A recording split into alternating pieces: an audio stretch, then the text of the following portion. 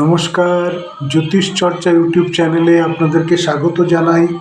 আজকে বলবো ধনু রাশির জুলাই মাস 2024 কেমন যাবে। স্বাস্থ্য নিয়ে 12 তারিখ পর্যন্ত বেশ সমস্যা থাকবে, কারণ রাশি অধিপতি বৃহস্পতি সে ষষ্ঠ রাশিতে বিরাজ করছে এবং ষষ্ঠ রাশিতে বিরাজ করলে সেখান থেকে সে শারীরিক অসুবিধা, নানান রকম ক্ষতি শরীর নিয়ে ভীষণ ভোগায়। তাই 12 তারিখ অবধি সেখানে বৃহস্পতি থেকে এই অসুবিধাগুলো করবে। 12 তারিখে সেখানে মঙ্গল আসবে। মঙ্গল আসলে গুরু মঙ্গল যোগ হবে। সেখানে কিন্তু পারিবারিক শান্তি, সুস্থতা, সমৃদ্ধি ইত্যাদি যোগ দেখতে পাওয়া যাচ্ছে। সুতরাং 12 তারিখ পর্যন্ত শারীরিক বিষয়ে বিশেষ নজর দেওয়া দরকার। এবারে বলবো ধনুরাশির প্রাথমিক শিক্ষা কেমন থাকছে। চতুর্থ ঘরের অধিপতি বৃহস্পতি সে আবার ধনুরাশির রাশিপতি। সুতরাং রাশিপতি চতুর্থ ঘরে আছে। সুতরাং বিদ্যাস্থান কিন্তু বেশ ভালো থাকছে। তারপরে আবার বৃহস্পতি 6th হাউসে গুরুমঙ্গল যোগ করে দৃষ্টি দিচ্ছে। সুতরাং 13ই জুলাই থেকে শিক্ষার মাধ্যমে সম্মান বৃদ্ধি, প্রভাবশালী ব্যক্তির নজরে আসার নানান রকম সুযোগ দেখতে পাওয়া যাচ্ছে। আমরা পঞ্চম ঘর থেকে উচ্চশিক্ষা দেখে থাকি। পঞ্চম ঘরে অধিপতি গ্রহ মঙ্গল সে তার নিজের রাশিতে বিরাজ করছে। পড়াশোনার ক্ষেত্রে অ্যাগ্রেসিভ ভাব, জোশ, গুড পারফরমেন্স সব বজায় থাকবে। 12 তারিখের পর মঙ্গল যখন বৃহস্পতির সঙ্গে যোগ সৃষ্টি করছে, তখন এই শুভত্ব আরও বেড়ে যাচ্ছে। বিদ্যার মাধ্যমে স্বীকৃতি লাভ, গুণীজনের দৃষ্টিতে পড়া ইত্যাদি প্রভূত উন্নতি যোগ এখানে দেখতে পাওয়া যাচ্ছে। এবারে বলবো ধনুরাশির বিবাহিত জীবন কেমন যাবে। সপ্তম ঘরে শুক্র আছে।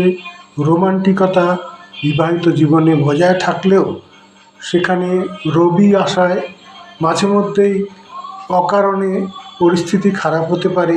দুজনের মধ্যে মনোমালিন্য, মন কষাকষি চলতে থাকবে, কিন্তু রোমান্টিকতাও মাঝে মধ্যেই দেখা দেবে। 12 তারিখের পর এখানটায় একটু পরিবর্তন দেখা যাবে। রবি যখন স্থান পরিবর্তন করবে, তখন আবার স্বাভাবিক জীবনে আমরা ফিরে আসতে পারবে। এখানে একটা কথা বলে রাখা দরকার, রাহু কিন্তু ধনুরাশির চতুর্থ ঘরে বিরাজ করছে। চতুর্থ ঘরে রাহু থাকাকালীন স্বাস্থ্যহানি, অশান্তি, উদ্দেশ্যহীন ভ্রমণ প্রভৃতি হতে থাকবে। আমরা আগেই বলেছি ধনুরাশির স্বাস্থ্য নিয়ে কিন্তু এ মাসে সমস্যা আছে। সেখানে রাহু কিন্তু আরেকটু অসুবিধা করবে। আমরা নবম ভাব থেকে ভাগ্যের স্থান দেখে থাকি। এখানে কিন্তু ভাগ্যের স্থানে আমরা দেখতে পাচ্ছি ভাগ্যের স্থানের অধিপতি গ্রহ রবি সে অষ্টম ঘরে শুক্রের সঙ্গে বিরাজ করছে। 16 তারিখ পর্যন্ত সে সেখানেই থাকবে। ভাগ্যের পূর্ণ অসহযোগিতা পাওয়া যাবে। 16 তারিখ পর্যন্ত কিন্তু ভাগ্য একেবারেই সাথ দিচ্ছে না। 16 তারিখের পর রবি অষ্টম রাশিতে বিরাজ করবে। তবে বুধের কারণে বুধ 19 তারিখের পর কিছুটা ভাগ্যের সহায়তা আনবে। তখন ভাগ্যের পরিস্থিতি খানিকটা পরিবর্তন হবে। 19 তারিখ পর্যন্ত কিন্তু ভাগ্যের বিড়ম্বনা ধনুরাশিতে দেখতে পাওয়া যাচ্ছে। এবারে বলবো ধনুরাশির কর্মভাব কেমন থাকবে। আমরা দশম ভাব থেকে কর্মভাবকে দেখে থাকি। সেই ঘরের অধিপতি গ্রহ বুধ সে 19 তারিখ পর্যন্ত সিংহ রাশিতে বিরাজ করবে। 19 তারিখ পর্যন্ত কিন্তু আমরা ভালো ফল পাব, ঝুট ঝামেলা তেমন থাকবে না। 19 তারিখের পর পরিস্থিতি আস্তে আস্তে আরও অনুকূলে আসবে। এলেও সেখানে কেতু বসে থাকায় কর্মে অনিচ্ছা, অযথা ভ্রমণ, সম্মানহানি ইত্যাদি দেখতে পাওয়া যাচ্ছে। খুব সাবধানে কাজ করতে হবে।